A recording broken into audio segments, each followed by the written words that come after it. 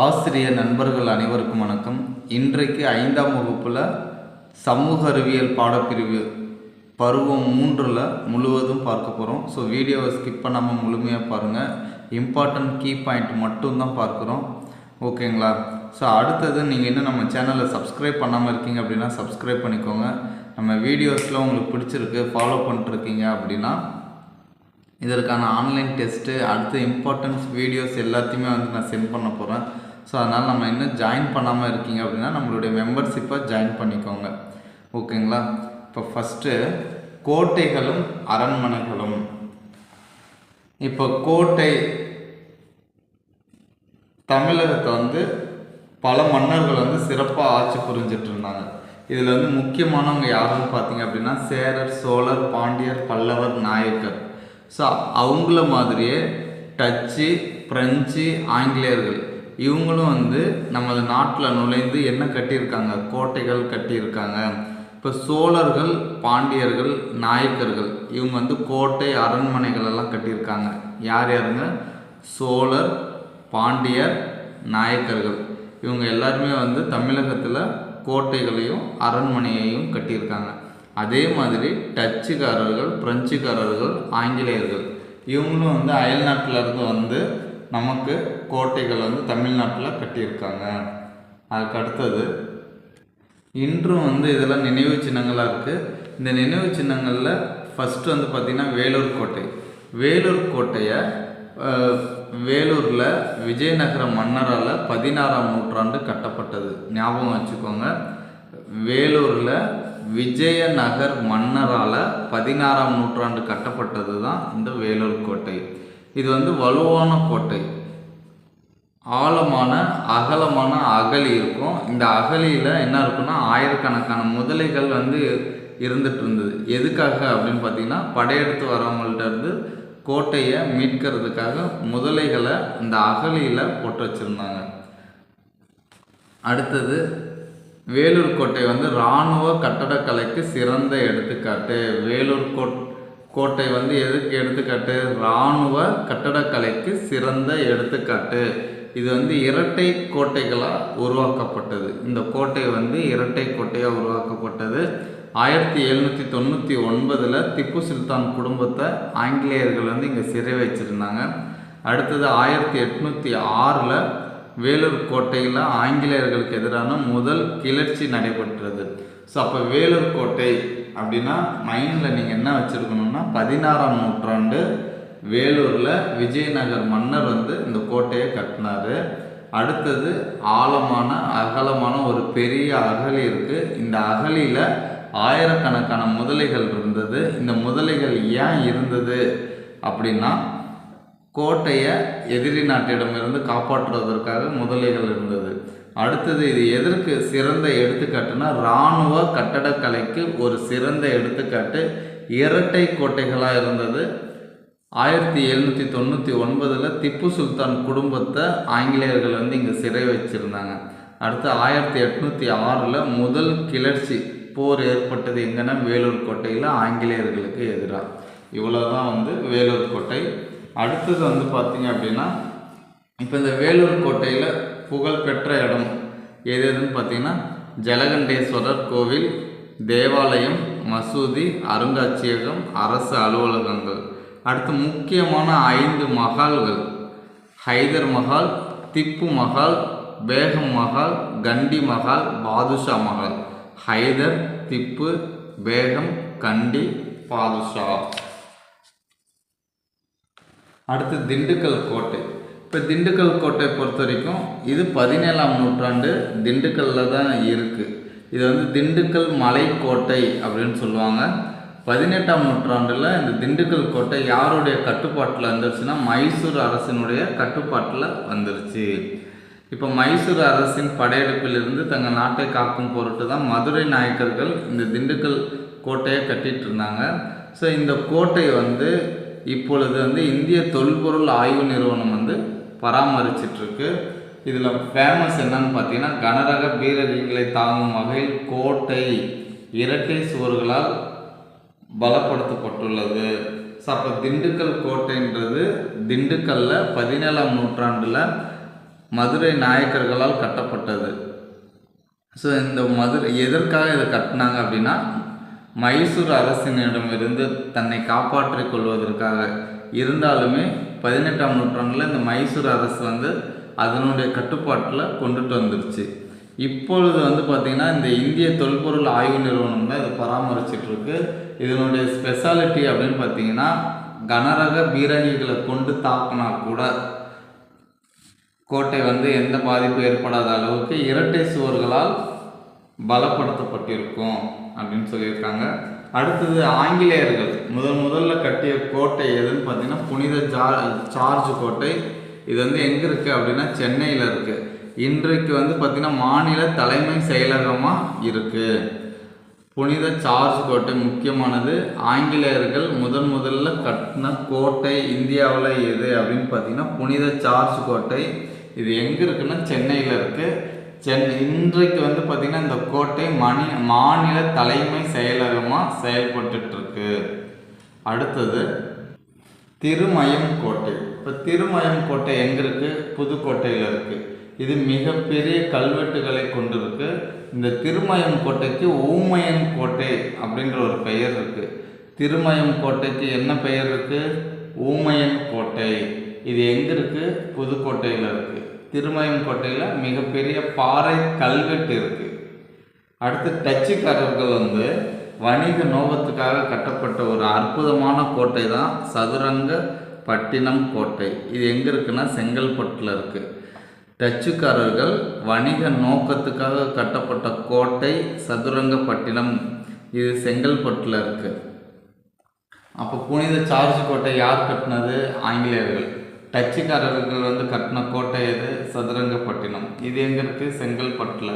புனித ஜார்ஜ் கோட்டை சென்னையில் இருக்குது. இன்றளவும் தலைமை செயலகமாக செயல்பட்டுட்டு வந்துட்டுருக்கு. அடுத்தது செஞ்சிக்கோட்டை. செஞ்சிக்கோட்டை எங்கே இருக்குன்னா செஞ்சியில் இருக்குது. அதுவும் விழுப்புரம் மாவட்டத்தில் இருக்குது. இது வந்து 3 மலை குன்றுகளுடைய மேலே கட்டப்பட்டிருக்கும்.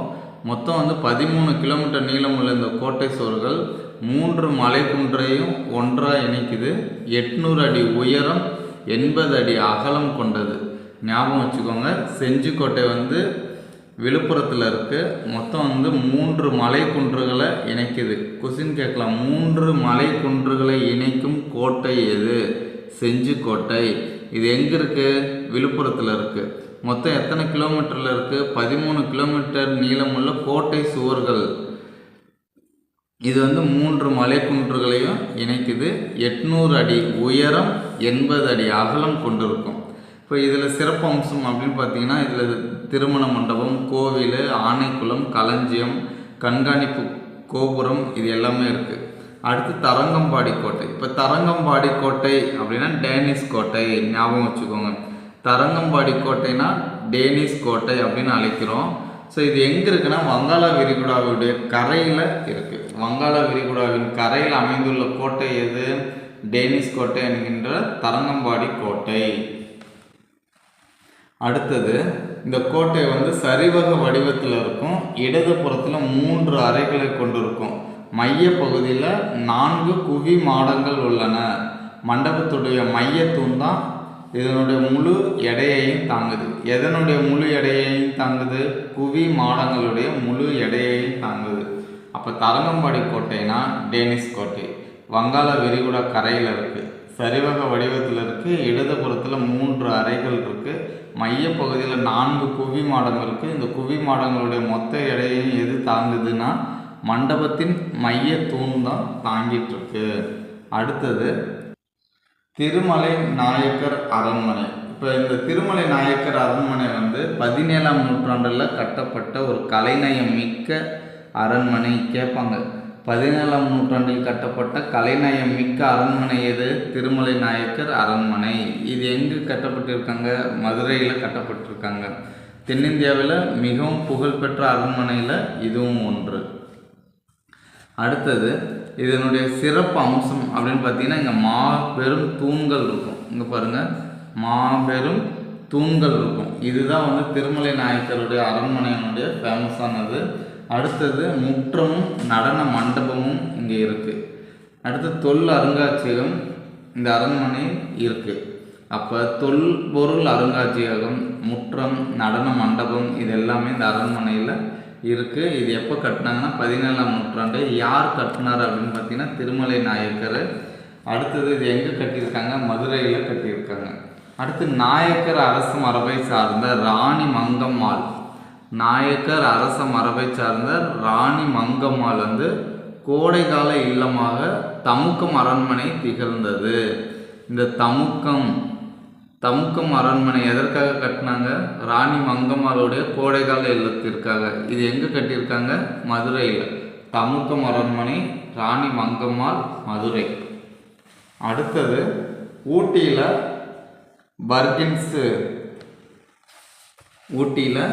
பர்ன்கில்ஸ் அரண்மனை வந்து மைசூர் அரசர்களுடைய கோடைகால அரண்மனையாக திகழ்ந்தது. ஊட்டியில் பர்ன்கில்ஸ் அரண்மனை வந்து மைசூர் அரசருடைய கோடைகால அரண்மனையாக திகழ்ந்தது. அதற்கு அடுத்தது தஞ்சாவூர் மராத்திய அரண்மனை. ஸோ இது வந்து தஞ்சாவூர் அரண்மனைன்னு கூட சொல்லலாம். ஸோ இது யார் கட்டினதுன்னு பார்த்தீங்கன்னா தஞ்சாவூர் நாயக்கர் ஆட்சியாளர்களால் கட்டப்பட்டது. ஃபஸ்ட்டு வந்து தஞ்சாவூர் ஆட்சியாளர்களால் கட்டப்பட்ட இந்த அரண்மனை அவங்கள நாயக்கர்களை வீழ்த்தி அதுக்கப்புறம் தஞ்சாவூர் மராத்தியருடைய அதிகாரப்பூர்வ இல்லமாக இந்த அரண்மனை திகழ்ந்தது.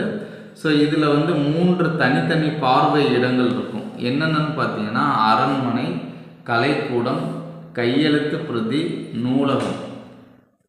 அரண்மனை, கலைக்கூடம், கையெழுத்து பிரதி, நூலகம் இதெல்லாம் இருக்குது. இதில் முக்கியமானது சரஸ்வதி மஹால். எதற்காக சரஸ்வதி மஹால்னா இருக்கிறதுலே மிகவும் பழமையான வரலாற்று நூலகம் எது அப்படின்னு பார்த்தீங்கன்னா இந்த சரஸ்வதி மஹால். மிகவும் பழமையான வரலாற்று நூலகத்தில் ஒன்று இந்த சரஸ்வதி மஹால். ஸோ இது வந்து பார்த்திங்க அப்படின்னா தமிழ், சமஸ்கிருதம், மராத்தி, தெலுங்கு போன்ற மொழிகளிலும் மணிப்பிரவாள மொழி நடையிலும் கையெழுத்து பிரதிகள் உள்ளன. ஞாபகம் வச்சுக்கோங்க, மணிப்பிரவாள மொழியில் கையெழுத்து பிரதி இருக்கும். தமிழ், சமஸ்கிருதம், மராத்தி, தெலுங்கு ஆகிய மொழிகளில் நூல்கள் இருக்குது அப்படின்னு சொல்லியிருக்காங்க. மிகவும் பழமையான நூலகம் எது அப்படின்னா சரஸ்வதி மஹால். அதுக்கு அடுத்தது பத்மநாபபுரம் அரண்மனை. இந்த பத்மநாபபுரம் அரண்மனை அப்படின்றது கன்னியாகுமரி மாவட்டத்தில் பத்மநாபபுரத்தில் இருக்குது. இதை வந்து கல்குளம் அரண்மனைன்னு சொல்கிறோம். கல்குளம் அரண்மனை இது முழுக்க கேரள கட்டடக்கலையை கொண்டு மரத்தால் உருவாக்கப்பட்டது தான் இந்த பத்மநாபபுரம் அரண்மனை. கலை கைவினை திறனுக்கு சிறந்த எடுத்துக்காட்டு. கலை கைவினை திறனுக்கு சிறந்த எடுத்துக்காட்டு எது? பத்மநாபபுரம் அரண்மனை.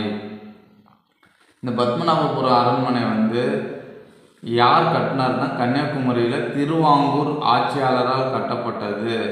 அடுத்தது ராஜமாதா அரண்மனை, அடுத்தது சபை, தெற்கு அரண்மனை போன்ற பல்வேறு பார்வையிடங்கள் இருக்குது. அப்போ பத்மநாபபுரம் அரண்மனைன்றது கல்குளம் அரண்மனைன்னு சொல்கிறோம். இதை வந்து கன்னியாகுமரி மாவட்டத்தில் இருக்குது. யார் கட்டினதுன்னு பார்த்தீங்கன்னா திருவாங்கூர் ஆட்சியாளர். ஸோ உள்ளே வந்து பார்த்திங்க அப்படின்னா ராஜமாதா அரண்மனை, சபை, தெற்கு அரண்மனை போன்ற பார்வையிடங்கள் இருக்குது. முழுக்க கேரள கட்டடக்கலையில் தான் இது கட்டியிருப்பாங்க மரத்தால். கலை கைவினை திறனுக்கு ஒரு சிறந்த எடுத்துக்காட்டான அரண்மனை எதுனா பத்மநாபபுரம் அரண்மனை. ஸோ டேஸ் கோட்டை விஜயநகர மன்னர்களால் கட்டப்பட்டது. வேலூர் கோட்டை. திருமலை நாயக்கர் அரண்மனை டேஸில் அமைந்துள்ளது. மதுரையில் அமைந்துள்ளது. உலகின் பழமையான கையெழுத்து பிரதி நூலகங்களில் டேஸ் மஹால் ஒன்று, சரஸ்வதி மஹால். பத்மநாபபுரம் அரண்மனை டேஸ் மாவட்டத்தில் அமைந்துள்ளது. கன்னியாகுமரி மாவட்டத்தில். டேஸ் கோட்டை டேனிஷ் கோட்டை என்று அழைக்கப்படுகிறது. தரங்கம்பாடி. அடுத்தது வேளாண்மை. இப்போ வேளாண்மைன்றது சாகுபடிக்கு மண்ணை உழுதல், பயிர்களை வளர்த்தல் மற்றும் கால்நடைகளை வளர்த்தல் ஆகியவற்றை பற்றிய கலை மற்றும் அறிவியலை தான் நாம் வேளாண்மைன்னு சொல்கிறோம்.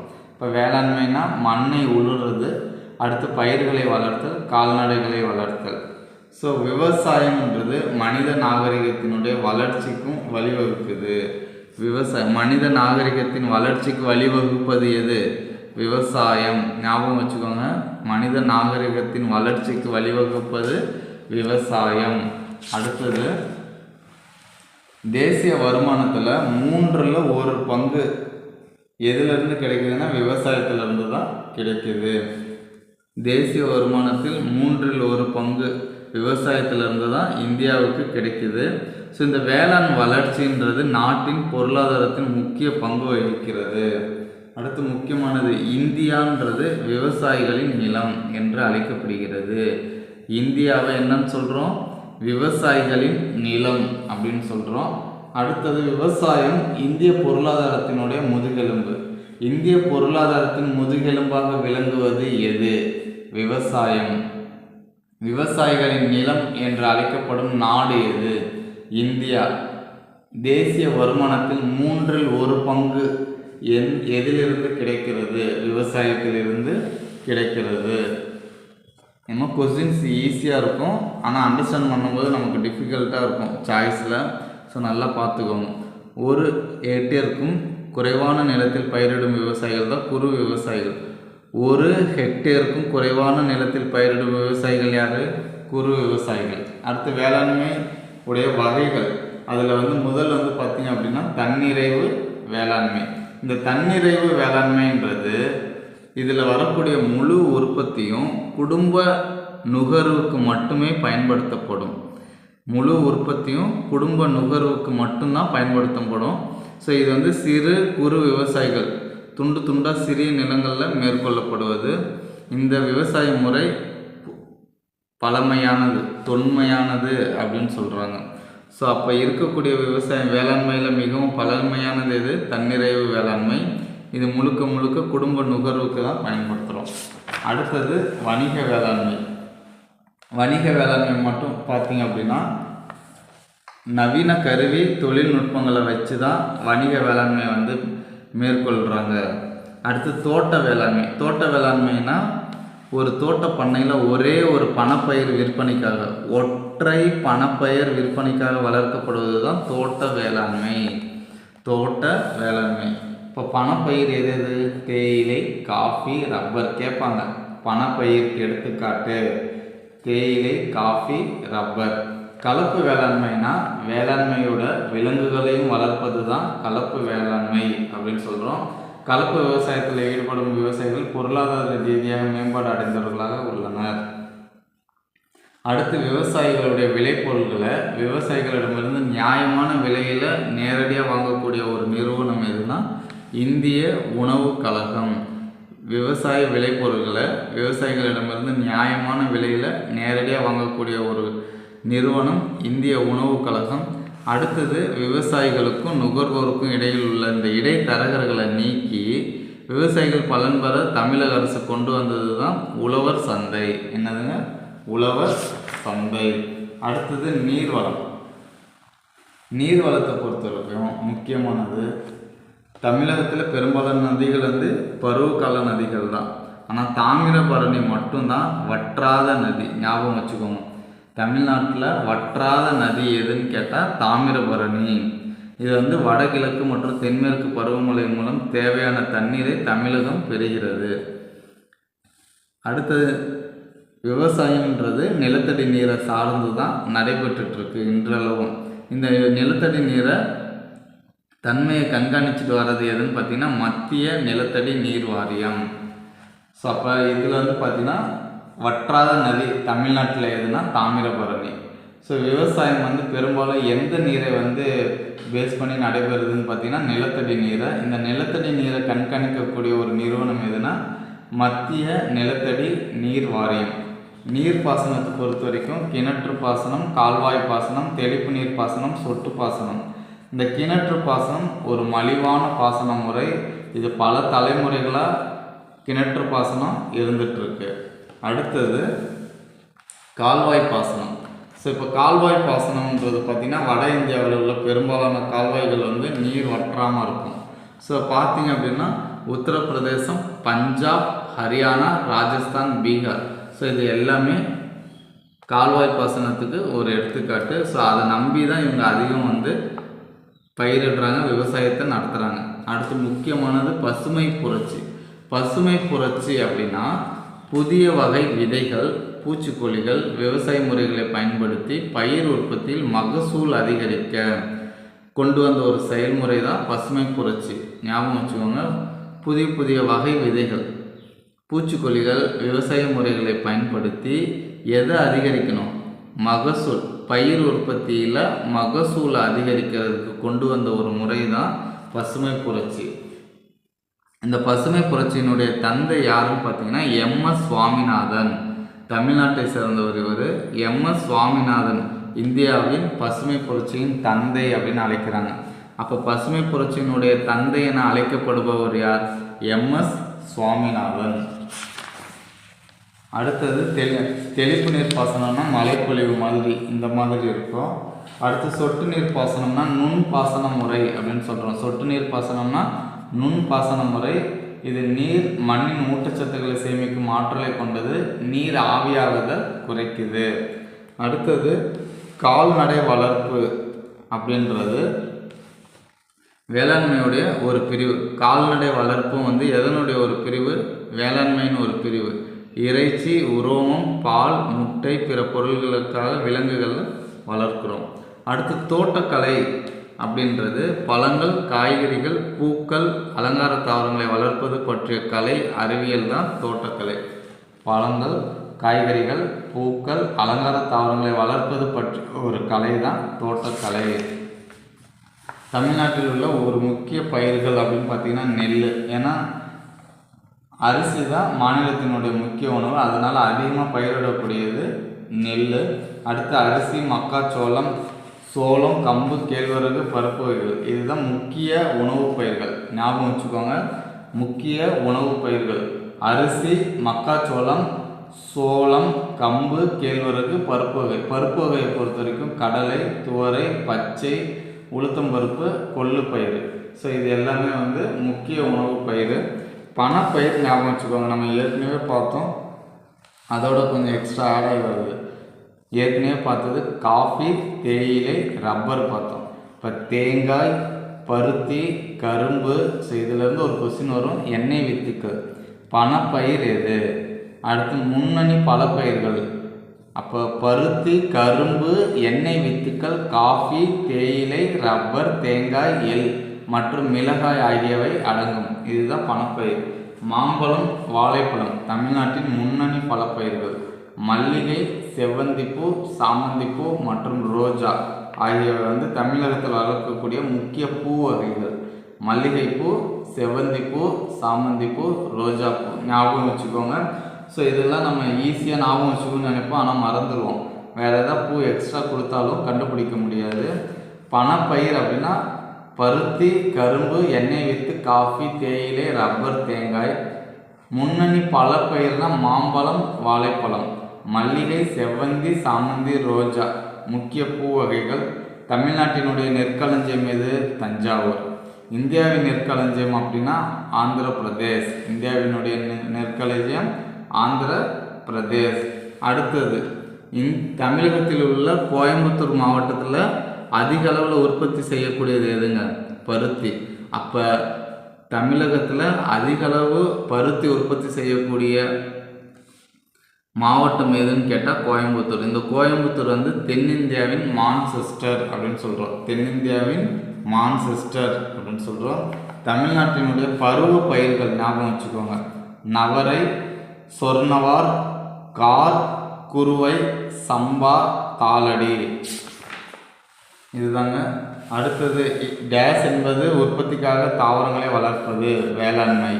டேஸ் என்பவர் உணவு அல்லது மூலப்பொருட்களுக்காக தாவரங்களையும் விலங்குகளையும் வளர்க்கிறார், விவசாயி. வேளாண்மை என்பது பயிர்களுடன் விலங்குகளையும் வளர்ப்பதை குறிக்கிறது, கலர்ப்பு வேளாண்மை. நிலத்தடி நீரின் நீர்மட்டம் மற்றும் நீரின் தன்மையை கண்காணிக்கிறது, மத்திய நிலத்தடி நீர் வாரியம். தமிழகத்தில் உள்ள டேஸ் மாவட்டத்தில் அதிகளவு பருத்தி உற்பத்தி செய்யப்படுகிறது, கோயம்புத்தூர். அடுத்து கல்வி உரிமை. கல்வி அப்படின்றது அறிவு, திறன்கள் மற்றும் வாழ்க்கை தரத்தை மேம்படுத்தும், ஒட்டுமொத்த வளர்ச்சிக்கும் கல்வி தான் உதவுது அப்படின்னு சொல்லியிருக்காங்க. பாரதியார் என்ன காந்தியடிகள் ஞாபகம் வச்சுக்கோங்க. மகாத்மா காந்தி என்ன சொல்கிறாருன்னா, கல்வி என்பது எழுத்தறிவை மட்டும் பெறுவதல்ல, எழுத்தறிவு பெறுவது மட்டுமே கல்வியின் நோக்கமும் அல்ல. உள்ளார்ந்த திறன்களை வெளிக்கொணர்வது கல்வியின் உன்னத நோக்கம். அப்போ உள்ளார்ந்த திறன்களை வெளிக்கொணர்வது கல்வியின் உன்னத நோக்கம் என்று கூறியவர் யார்? மகாத்மா காந்தி. அதுவே விவேகானந்தர் சொல்லியிருக்காரு. எங்கே சொல்லியிருக்காருன்னா சிக்காகோவில், அமெரிக்காவில் சிக்காகோன்ற இடத்துல நடைபெற்ற ஒரு இதில் அரங்கத்தில் என்ன பண்ணிடுறாருன்னா, அமெரிக்காவின் சகோதர சகோதரிகள்னு சொல்லி தனது பேச்சை ஆரம்பித்து புகழடைஞ்சவர் தான் யாருங்க? விவேகானந்தர். ஸோ இவர் சொல்கிறார், சுவாமி விவேகானந்தர் கல்வி என்பது மனிதனுள் ஏற்கனவே இருக்கும் முழுமையின் வெளிப்பாடு. இது நமக்கு புக் பேக் கொஸ்டினாகவும் இருக்குது. கல்வி என்பது மனிதனுள் ஏற்கனவே இருக்கும் முழுமையின் வெளிப்பாடு அப்படின்னு சொன்னவர் சுவாமி விவேகானந்தர். கல்வியை நம்ம எதற்காக மாணவர்கள் கற்கணும் அப்படின்னு பார்த்தீங்கன்னா, காரணத்தை ஆய்ந்து அறியலாம், வாழ்வியல் திறனை வளர்க்க, எது சரி எது தவறுன்னு அறிஞ்சிக்கலாம், ஒழுக்க நெறிகளை கடைபிடிக்கிறதுக்கு, அடுத்து மூட நம்பிக்கைகளை ஒழிக்கிறதுக்கு இந்த கல்வி மிகவும் முக்கியமானதுன்னு சொல்கிறாங்க. பழைய காலத்தில், அந்த காலத்தில் பார்த்திங்கன்னா பண்டைய காலத்தில் குருகுலம் தான் நமக்கான கல்விக்கு சொல்லித்தரக்கூடிய இடமா இருந்தது. அதில் ஆசிரியரை குருன்னு சொல்லுவாங்க, மாணவரை சிஷ்யா அப்படின்னு சொல்லுவாங்க. கல்வி உரிமையை பொறுத்த வரைக்கும் மிக முக்கியமானது பார்த்திங்கன்னா, இலவச மற்றும் கட்டாய கல்வியை உறுதி செய்வதற்கு கல்வி உரிமை சட்டம் கொண்டு வரப்பட்டது, RTE. இதை பொறுத்த வரைக்கும் 6 to 14 வயது வரை உள்ள குழந்தைகளுக்கு இலவச மற்றும் கட்டாய கல்வியின் முக்கியத்துவத்தை கல்வி உரிமை சட்டம் விவரிக்குது. 6 to 14 வயது. ஸோ இந்த பாடத்திலிருந்து ஒரு கொஸ்டின் வரும், மிஸ் பண்ணிடாதீங்க.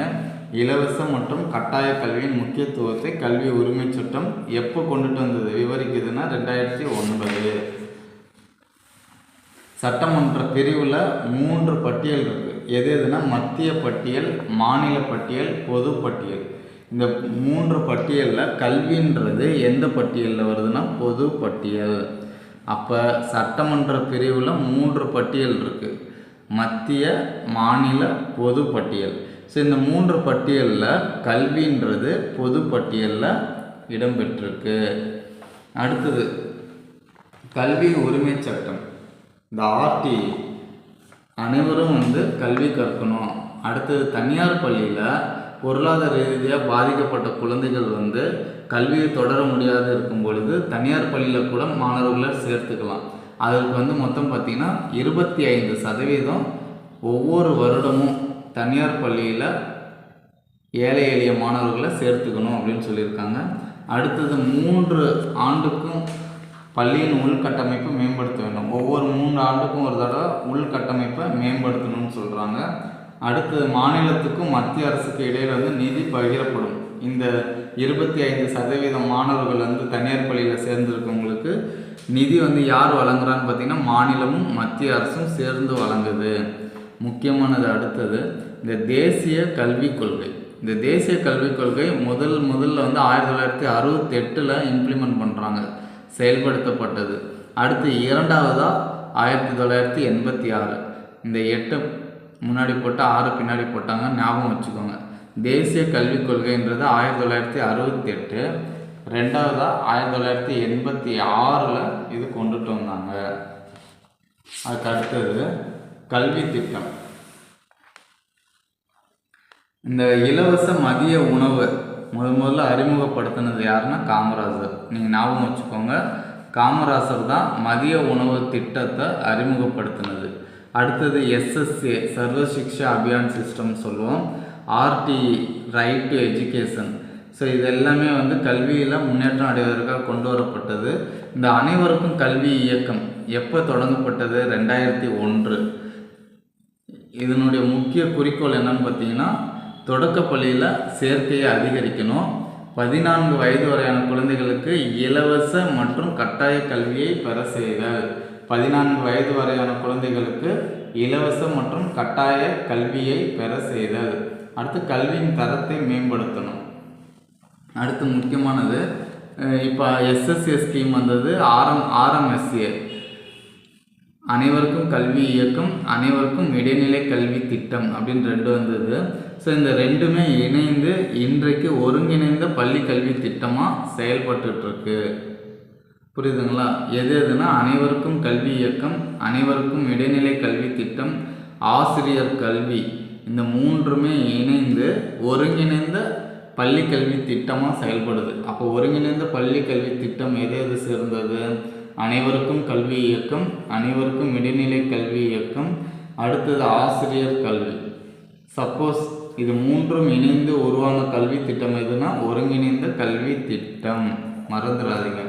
அடுத்தது இந்த இடைநிலை கல்வி திட்டத்தினுடைய மெயின் பர்பஸ் என்னன்னா 10ஆம் வகுப்பு வரை குறைந்தபட்ச கல்வியினுடைய அளவை என்ன பண்ணுறாங்க, 10ஆம் வகுப்பு வரை கொண்டுட்டு வந்துட்டாங்க. அடுத்தது ஒருங்கிணைந்த பள்ளி கல்வி திட்டத்தை பொறுத்த வரைக்கும் தரமான கல்வியை வழங்குதல், மாணவர்களின் கற்றல் அடைவை மேம்படுத்துதல், கல்வி உரிமை சட்டத்தை செயல்படுத்த மாநில அரசுகளையும் ஆதரிக்கிறது, பெண் கல்வியில் கவனம் செலுத்துதல், மின்னணு கல்வி, பெண் கல்வி மின்னணு கல்வியில் கவனம் செலுத்துதல். ஸோ இதுதான் ஒருங்கிணைந்த பள்ளி கல்வி திட்டத்தினுடைய குறிக்கோள்.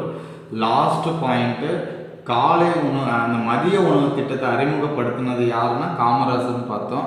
அவர் கல்விக்காக அதிகப்படியான தொண்டாற்றியதுனால அவருடைய பிறந்த நாள் ஜூலை 15 கல்வி வளர்ச்சி நாளாக கொண்டாடுறோம். ஞாபகம் வச்சுக்கோங்க, மிக மிக முக்கியமானது, இந்த கொஸ்டின் வரும். கல்வி வளர்ச்சி நாளாக கொண்டாடப்படக்கூடிய நாள் எதுனா ஜூலை 15. யாருடைய பிறந்த நாளை கல்வி வளர்ச்சி நாளாக கொண்டாடுறோம் அப்படின்னா கு காமராஜர். மதிய உணவு திட்டத்தை அறிமுகப்படுத்தியவர் யாருனாலும் கு காமராஜர். அனைவருக்கும் கல்வி இயக்கம், அனைவருக்கும் இடைநிலை கல்வி, ஆசிரியர் கல்வி மூன்றும் இணைந்து உருவான ஒரு கல்வி திட்டம் தான் ஒருங்கிணைந்த பள்ளி கல்வி திட்டம். கண்டிப்பாக உங்களுக்கு புரிஞ்சிருக்கும் அப்படின்னு நான் நம்புகிறேன். ஸோ இதிலேருந்து தான் கொஸ்டின்ஸ் வரும். ஸோ வீடியோ புரியல அப்படின்னா இன்னொரு தடவை பாருங்கள். ஓகேங்களா ஃப்ரெண்ட்ஸ்? நீங்கள் இன்னும் நம்ம சேனலில் மெம்பர்ஷிப்பாக ஜாயின் பண்ணாமல் இருக்கீங்கன்னா ஜாயின் பண்ணுங்கள். தேங்க்ஸ் ஃபார் வாட்சிங். Thank you to all the best.